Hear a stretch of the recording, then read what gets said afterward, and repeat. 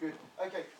My original title for my 5 minutes was How We Rescued Banbury Group from Collapse, and I think it became something a bit more ambitious than what it was titled on there. So I don't know how much of this is kind of more widely applicable than our own experience in North Oxfordshire, but I thought it might be a good way to find out and stand up and talk to you for 5 minutes.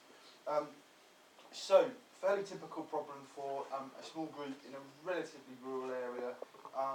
Lots of people were on our mailing list and said, oh yes, Banbury Friends of the Earth, a very good thing. But actually trying to persuade them to come along to the meetings and get involved and do stuff was proving very difficult. And there were several meetings in a row where there were 2 people or even 1 person who turned up to the meeting. And I was getting a bit frustrated with it. And I was tempted just to, say that's it's not worth carrying on with. So, what happened next?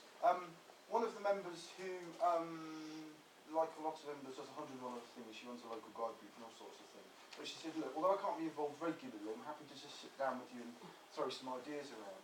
And that was actually really helpful because she asked me 2 quite straightforward questions. She said, do you think that Friends of the Earth has a contribution to make locally? And do you want to try everything before giving up? And the answer to both those questions was yes. And therefore, it seemed to make sense to actually do something.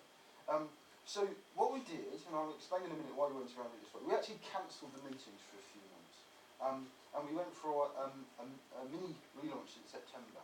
And another thing that we did was got in touch with Nikki, who's disappeared, to get some advice from headquarters about how we might go forward, and again, bounce some ideas around. And we promoted this meeting, and we found an issue which we thought was useful and interesting for local people, which was that of energy. But we also made it clear there was going to be lots of space in the meeting to talk about the group and how it might continue. And we had a good turnout. Very pleased with the turnout for that meeting. Not massive numbers, but something like 12 people, which was enough for me to think, oh, if 12 people are interested, and only half of those get actively involved, then we've got something here that's worth carrying on with. And we had a new member, hurrah, who came to that meeting. And there's still lots to do, and of course the thing about coming to a meeting like this is you realise just how much more stuff you could get involved in or not getting involved with. But even so, we have had some successes since then, one of which is we got an article published with Banbury Friends of the Earth listed as a contributor in our local newspaper, so that was good. So I think there were some particular learning points from that exercise. Number 1, I think we did the right thing by taking some time out. I think it meant that the September meeting, which was when we relaunched it, September of last year, people realised it was a bit more important than a regular meeting and actually pushed it up their personal agenda of things that they wanted to do. And having done that, we'd kind of got people a bit more actively engaged. And I suspect also the fact that, which is right, we're not having any meetings for a little while, perhaps made some people realise, oh, actually, all this kind of rhetoric about the group will fold if people don't get involved is actually true. So therefore, perhaps others to actually get involved. So I think that was a useful learning point for us.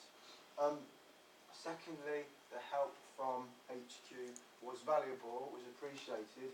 I didn't feel that we were being told what to do. I felt it was just an opportunity to exchange some ideas, bounce some ideas around, think about what would work for us, be introduced to some ideas that probably wouldn't have occurred to us. So that was very valuable. Thirdly, keep the website up to date. This new member had just arrived in Banbury, was looking around to see what happens locally, and next year she will be at the University of Warwick studying for a PhD in alternative fuel systems for transport. So possibly a useful person to know. If the website hadn't been up to date, she would have known we existed. Keep in touch with people you've not seen for a while. If they remain informed, and this happened to quite a lot of people, they may feel happy about getting re-involved when their personal circumstances change. Because sometimes it might just be that some of the shift pattern doesn't enable them to come, and it changes.